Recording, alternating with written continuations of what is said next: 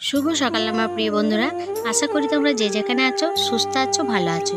আমি শিপ্রা, আমার এই ছোট্ট ব্লগ চ্যানেল থেকে তোমাদেরকে জানাই অনেক অনেক ভালোবাসা, অনেক স্বাগত।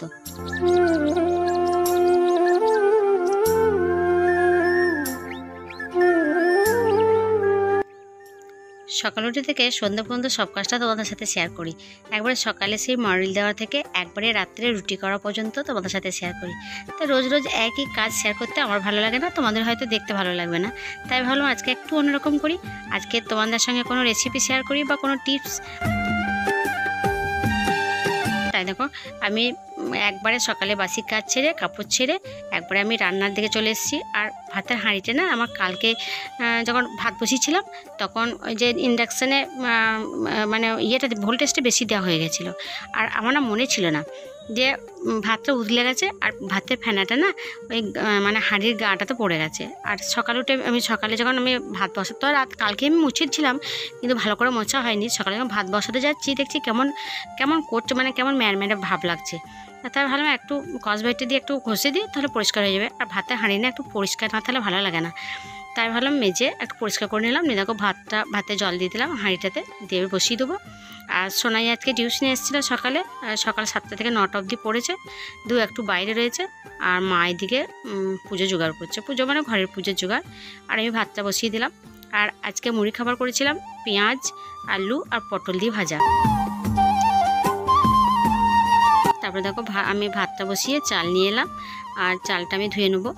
আর চালটা ধোয়ার পর তারপর আর একটা কথা, ওর বাপি না সকালবেলা একটু চিকেন দিয়ে গেল। ওই চিকেনের রেসিপিটা তোমাদের সাথে শেয়ার করব।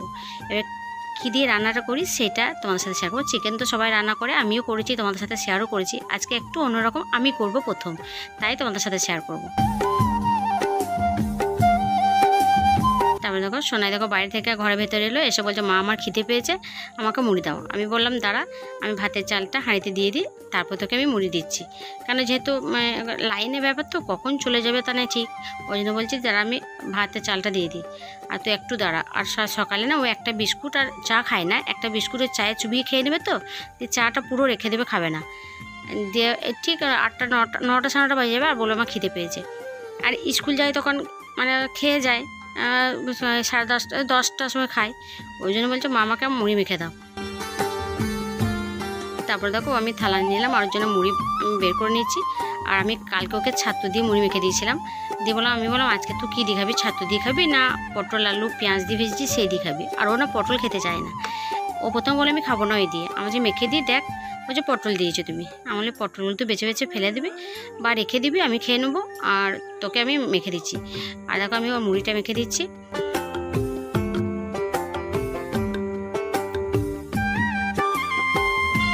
আমি প্রথমে মেখে ওকে এক গাছ দিলাম, বললাম একটা খেয়ে দেখ কেমন লাগে, তারপর করবো, তুই খাবি।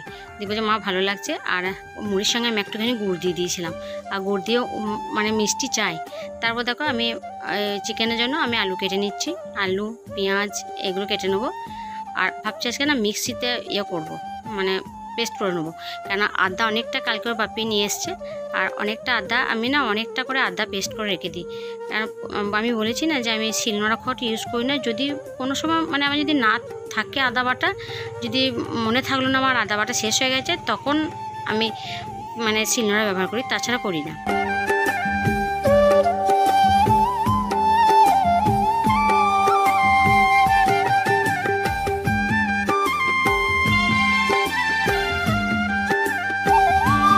আমি পিসির বাড়ি থেকে নিয়ে এসেছি, অনেকগুলো দিয়েছে পেঁয়াজ, তাও 5 কেজি মতো পেঁয়াজ দিয়েছে।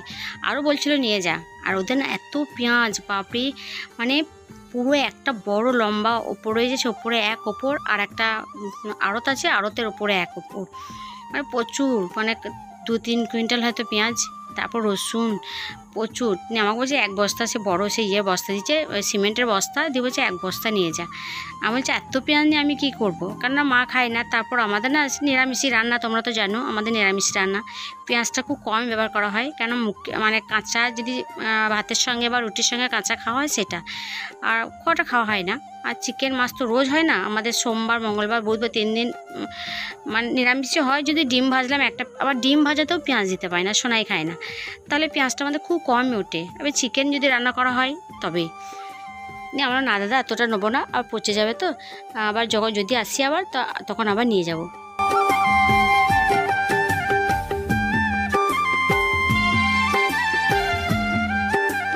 আর এই রসুনগুলো কিন্তু দাদা বাড়িতে নিয়ে এসেছি, রসুন অনেকগুলো রসুন নিয়ে এসেছি, রসুন আর পেঁয়াজই নিয়ে এসেছি দাদা বাড়ি থেকে। তারপর আমার আদা পেঁয়াজ সব কাটা হয়ে গেল। এবার আদাগুলো আমি দেখো পেস্ট করে নেবো।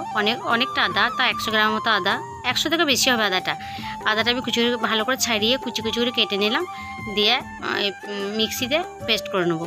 আর আজকে পেঁয়াজ রসুন সবই ভাবছি পেস্ট করে নেবো, অল্প করে, মানে পেঁয়াজটা কুচি করে কাটা বেশি দেবো, আর অল্প করে দেবো রসুন অল্প, আর অল্প খুব রিচ করি না, আমি অল্প করেই দেবো সব কিছু। আর দেখো আদাটা আমি পেস্ট করে নিচ্ছি। আদাটা পেস্ট করার পর আমি এবার রসুন পেঁয়াজ আর একটা কাঁচা লঙ্কা পেস্ট করে নেবো, তারপর একটা দুটো টমেটো একসঙ্গে পেস্ট করে নেবো। আর আমি না আজকে কাঁচা লঙ্কা দিয়ে, আর আজকে শুকনো কাশ্মীরি লঙ্কা গুঁড়ো দেবো না, এমনি রঙটার জন্য কাশ্মীরি লঙ্কা গুঁড়ো দিই তো আমার ভালো লাগে দেখতে, কিন্তু আজকে ভালো দেবো না, আজকে টমেটোটা একটু বেশি করে দিয়েছি। তারপর তোকে মিক্সিটা ভালো করে মানে মুছে নিলাম। কী হয়ে জানো তো, টমেটোটা মানে দুটো টমেটো দিয়েছি তো, আর আমার এই যে মিক্সির যে বাটিটা সেটা ছোট হয়ে গেছে, দিয়ে আমি আর টমেটো থেকে দেবে এমনিও জল বেরোয়, আর আমি ঘুরিয়ে দিয়েছি, আর অনেকটা মানে টমেটো মানে পেস্ট মানে উপচে পড়ে গেল, ওই যে ভেতরগুলো পড়ে গেলাম, ওইগুলো আবার ভালো করে আমি ন্যাকড়া দিয়ে একটা মুছিয়ে নিলাম পরিষ্কার করে। আর মিক্সি রাখার জায়গাটা মানে মিক্সির যে বোর্ডটা না, সে বোর্ডটা আমাদের নষ্ট হয়ে গেছে, দিয়ে মিক্সিটা আমাদের প্রায় বের করতে হয়, যখন বাটার সময় বের করি আবার পরিষ্কার করে আবার রেখে দিই। বসে আছি কেন বলো তো, আমাদের মা কম্প্রেসারটা চালিয়েছে, আমি সকালে কম্প্রেসার চালিয়ে জল ধরেছি, কিন্তু ঠাকুরের জলটা আমার ধরা হয়নি। মা বললে একবার যখন অফ করবি ভাতটা তখন আমাকে বলবি, আমি কম্প্রেসার চালিয়ে ঠাকুরের জলটা ধরে নেবো। দিয়ে আমি আবার অফ করে দিলাম, দিয়ে মাকে বললাম মা তুমি কম্প্রেসারটা চালিয়ে জলটা ধরে নাও। আর হ্যাঁ বন্ধুরা, এই টিপসটাই আমি তোমাদের সাথে শেয়ার করব। আদা পেস্টের সঙ্গে কি মেশালে মানে মিশিয়ে দিলে আদা পেস্টটা সুন্দর থাকে। আর আমি এটা মানে কারোর কাছে দেখেছি বলে আমি তোমাদের সাথেও শেয়ার করতে চাইছি। আর আদা পেস্টের সঙ্গে অল্প লবণ আর একটু হলুদ যদি দুটো একসঙ্গে মিশিয়ে আদা পেস্টের সঙ্গে মিশিয়ে দাও না, তারপরে যদি কোটো ঢাকনাটা ভালো করে এঁটে তারপরে যদি তুমি ডিপ ফ্রিজে রেখে দাও না, ডিপ ফ্রিজে হোক বা এমনি ইয়েতে নর্মাল ইয়েতে হোক রেখে দিলে না, আদাটা কিন্তু খুব সুন্দর, বাটা আদাটা খুব সুন্দর থাকে। কেননা আমিও জানতাম না, জানো তো, আমি আগে না আদা পেস্ট করে রাখতাম, কিন্তু আমার আদা পেস্টটা সুন্দর থাকতো না।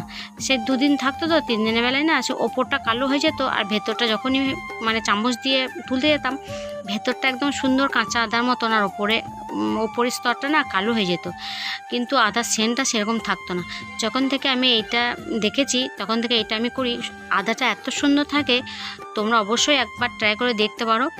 আর তোমরা যদি অন্য কোনো টিপস জেনে থাকো প্লিজ কমেন্টে জানাবে, আমি অবশ্যই করব। আর এগুলো আমি দেখে শিখি, জানো তো, আমি তো এগুলো জানতাম না। আর এটা তোমরা একবার দেখে মানে ট্রাই করে দেখতে পারো, দেখবো অবশ্যই মানে রেজাল্ট পাবে। আমি আদা নয়, আমি সর্ষে বেটেও রেখে দিই, সর্ষে বেটেও আমি বাটা সর্ষের ওপরে নুন আর হলুদ মিশিয়ে আমি ডিপ ফ্রিজে ভরে রেখে দিই। আমার সর্ষে বাটাও খুব সুন্দর থাকে, ঝাঁসটাও সুন্দর থাকে। কিন্তু এমনি যেগুলো যদি না মিশিয়ে রাখি না, আমার সেই সর্ষে বাটা ঝাঁসটা না একদম থাকে না, জানো তো। তারপরে তোকে আমি ডিপ ফ্রিজে ভরে দেবো। আর ডিপ ফ্রিজে দেখো আমার অবস্থা, ডিপ ফ্রিজটা আমার সুইজারল্যান্ড হয়েই থাকে, জানো তো, সবসময় চলে তো, ওই বরফ জমেই থাকে। আর আমার 1 প্যাকেট দুধ আর দই ভরা আছে। আর এই আমার ইয়েটা রাখলাম, আদা পেস্টটা রাখলাম। আর আমার দিদি না এই পেঁপেটা দিয়ে পাঠিয়েছে, এখনও কম্প্রেসারটা বন্ধ হয়নি, ওই জন্য ভাবলাম পেঁপেটা কেটে নিই আর খাবার জন্য। আর এরকম পেঁপে না দেখবে লবণ দিয়ে খেতে না খুব সুন্দর লাগে। আর এই রেসিপিটা আমি তোমাদের সাথে শেয়ার করব, এটাও কিন্তু আমি কোথাও থেকে দেখে শিখেছি, এঁচোড় দিয়ে চিকেন রান্না। তোমরা কে এঁচোড় দিয়ে চিকেন রান্না করো অবশ্যই কমেন্ট করে বলবে। আর অবশ্যই সবাই জানে, আমি জানি, কিন্তু আমি কোনোদিন করিনি, এই প্রথম আমি ট্রাই করব। আর আমি দেখো টমেটো পেস্ট করে দিয়েছি, আর আদা রসুন একটুখানি পেস্ট করেছি, আর পেঁয়াজ কুচি দিয়েছি। আর বাইরে এত রোদ, কি বলবো, আর কি গরম গো। তারপরে দেখো আমি এঁচোড়গুলো না অল্প ঠান্ডা জল দিয়ে অল্প সেদ্ধ করে নেবো, মানে খুব সেদ্ধ করবো না, হালকা সেদ্ধ করবো, কেননা এই এঁচোড়টা আবার মানে চিকেনের সঙ্গে সেদ্ধ হবে তো। আর দেখো এঁচোড়গুলো আমি একটু মোটা করে কেটেছি।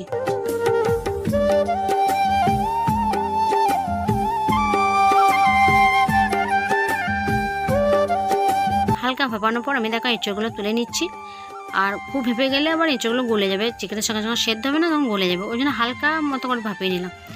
তারপরে দেখো কড়াইটাকে আমি ধুয়ে নিলাম, ধুয়ে আবার চাপিয়ে দিয়েছি। এরপর আমি আবার তেল দিয়ে দিয়েছি, নিয়ে তারপর দেখো আলুগুলো ভেজে নেব।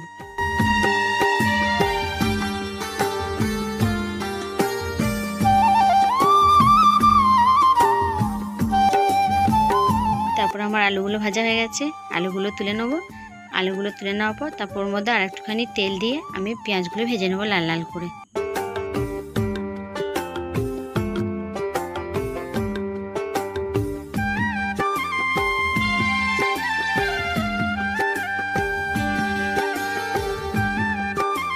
তারপর দেখো আমার পেঁয়াজগুলো লাল লাল করে ভাজা হয়ে গেছে। প্রথমে দিলাম আদা রসুন আর অল্প করে পেঁয়াজ দিয়েছিলাম, আর একটা কাঁচা লঙ্কা দিয়েছিলাম, কারণ ঝাল হলে সোনাই খাবে না, ওই জন্য একটা কাঁচা লঙ্কা দিয়েছি। আর কাঁচা লঙ্কাটা না খুব ঝাল, খাওয়ার সময় বুঝলাম লঙ্কাটা খুবই ঝাল ছিল। তারপরে আমি ওগুলো কষতে কষতে আমি টমেটো পেস্টটা দিয়ে দিয়েছি। তারপরে এবার ভালো করে কষিয়ে নেবো। দেখো আমার মশলাটা কষানো হয়ে গেছে, এরপর চিকেনগুলো দিয়ে দেবো।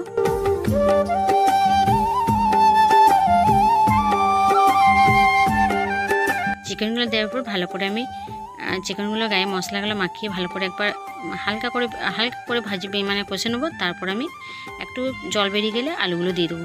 দেখো চিকেনগুলো মানে কষানো হয়ে গেছে, তারপর আমি ভাজা আলুগুলো দিয়ে দিলাম। আর আলুগুলো কিছুক্ষণ ভাজার পর তারপর আমি এঁচোড়টাকে দিয়ে দেবো।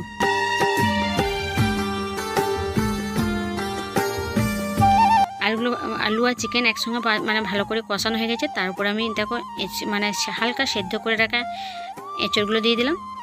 এঁচোড়গুলো দিয়ে এবার ঢাকা দিয়ে কষবো। কষার পর তারপর আমি জল দিয়ে দিয়েছিলাম, সেগুলো তোমাদের সাথে শেয়ার করি নাই। আর আমি না মানে কাশ্মীরি লঙ্কা দিলে হয়তো কালারটা একটু সুন্দর আসতো, কিন্তু কাশ্মীরি লঙ্কা দিইনি। তারপর লাস্টে দেখো ভাতটা বসিয়েছি। আর ভাতটা আমার আরেকবার হয়ে গেলে আমার ভাতটা নামিয়ে দেবো। মানে ভাতের ফ্যানটা ঝরাবো না, নিয়ে তারপরে আমি স্নান করতে যাব।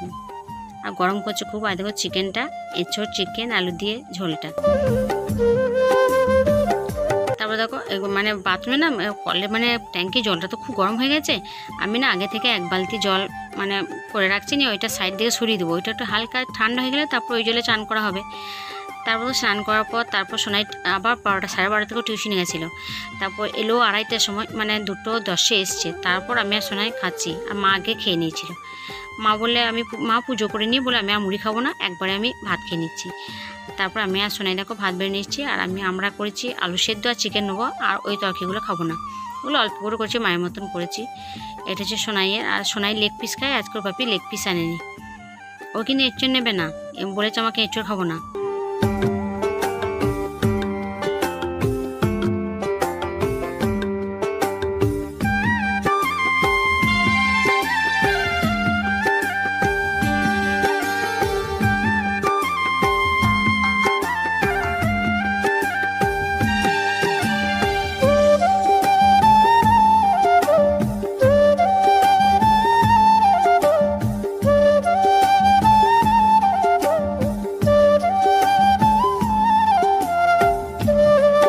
আর এই সময়টা হচ্ছে গরিবিন নয়, এখন বাজে 8টা 15।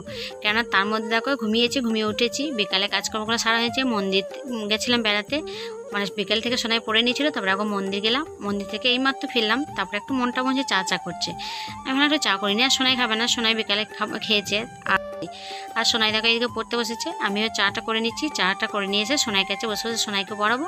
তো চলো বন্ধুরা, আজকের মতো ভিডিওটা আমি এখানে রাখছি। ভালো লাগলে অবশ্যই লাইক কমেন্ট শেয়ার করবে, আর দেখা হচ্ছে পরের ভিডিওতে। আর প্লিজ তোমরা একটা করে কমেন্ট করবে।